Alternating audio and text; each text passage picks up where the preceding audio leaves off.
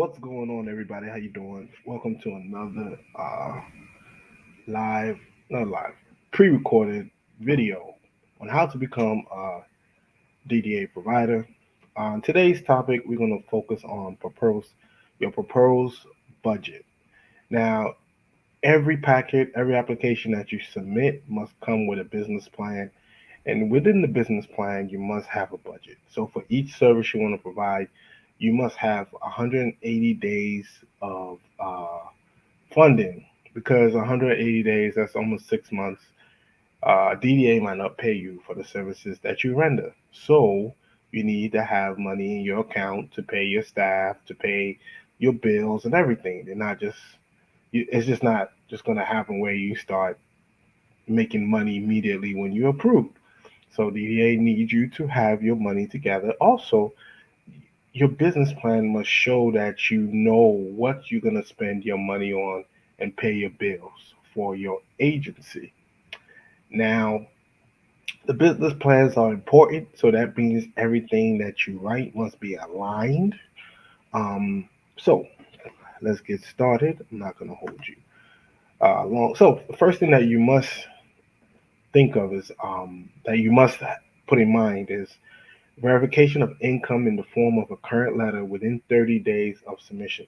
So before you submit your application, 30 days before you submit it, you need a letter from a bank or a financial institution document a line of credit, business loan, or availability of funds in the owner's name. Now it says owner's name here, but the best thing to do is have it in the business name.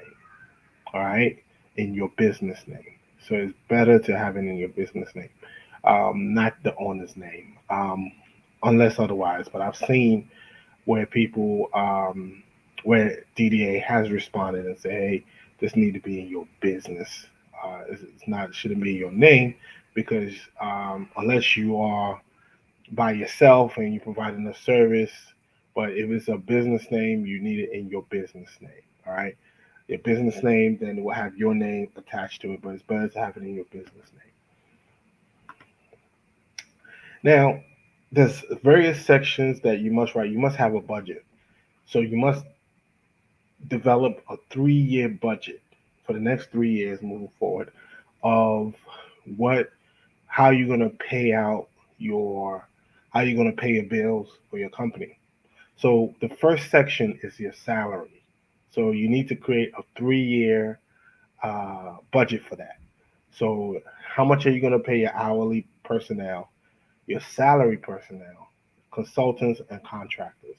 The consultants and contractors are people that you pay maybe 10 hours a week or 5 hours a week to help you with something. Let's say, for example, you have a nurse that works maybe 2 times a week in the building. How much do you pay? How much are you going to pay her? You know, so those are things that you have to calculate and put together for each year.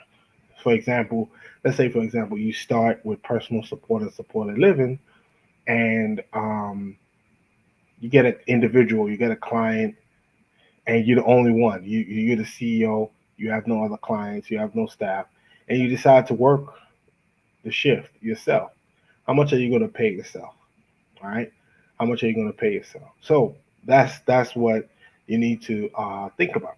And there's other items that you can add there. I'm not going to put that there, but these are the main three: hourly personnel, your salary personnel. Like for example, you hire a program director, or you hire a full-time nurse, or you hire a full-time QA manager, or you hire a full-time HR manager. Sometimes you don't have to hire a full-time HR manager. You can hire part-time. So the person could be hourly, or the person could be a consultant or contractor.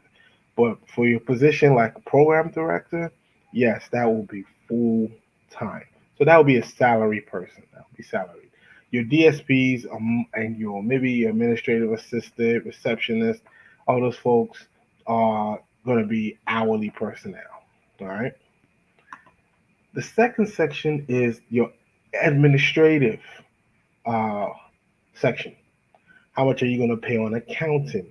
Now, for example, you're the CEO, you just got approved, you don't have that much money, You need an accountant, but accountants, a CPA is going to charge.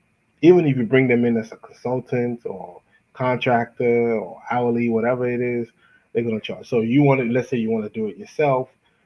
How much are you going to pay on a software like QuickBooks or one of these softwares out there?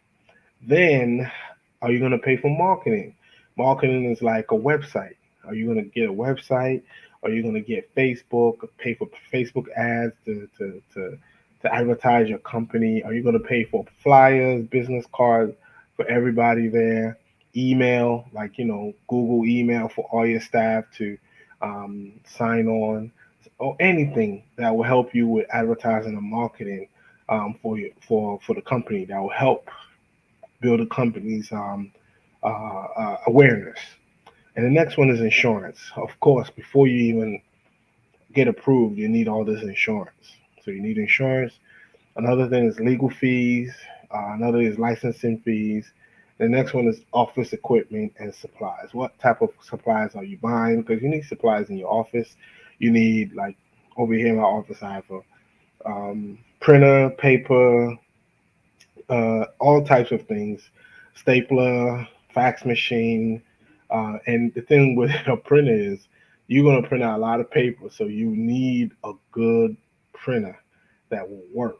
So, and you're going to buy ink. Um, you're going to buy all types of materials to use, hole puncher, binders, whiteout, uh, all types of supplies that you need for your for your business. So they need to see 3 years of that on your proposed budget. The next one is operations. Make sure you have a 3 year list. So for example, if someone's gonna ask me 3 years, so we're saying maybe 2024, 2025, 2026. So that's what I mean. So 3 years for operations. How much are you paying for facility maintenance? For example, you have an office, there's people cleaning your office. How much are you paying for that? Second is food. Are you buying lunch? Are you buying breakfast like coffee? You have coffee, you have breakfast for staff or whatever. Cleaning supplies, medical supplies. This one is phone, internet, and cable. How much are you paying for phone, internet, and cable for the business? You know, so you can put that there. How much is your rent or mortgage? Let's say you own the building, you're paying the mortgage. If you don't own the building or you're renting, a small office, how much are you paying? How much are you going to be paying each month? If it's $500, you put that there, six, $700, whatever amount it is. The next is utilities like gas, electric, and water. Depending on the place that you're renting, some might pay for it, and some might require you pay for it. So you might have to pay for those. The next is your vehicle. Do you have a car that you use, which includes gas? You have to buy gas for the car. You have to pay for insurance. You have to pay maybe a car loan, like a van. Let's say you purchase a van and you're going to use that van for the business. How much are you paying on the van, right? So those are things that you have to factor in. So that's what you create for your proposed budget.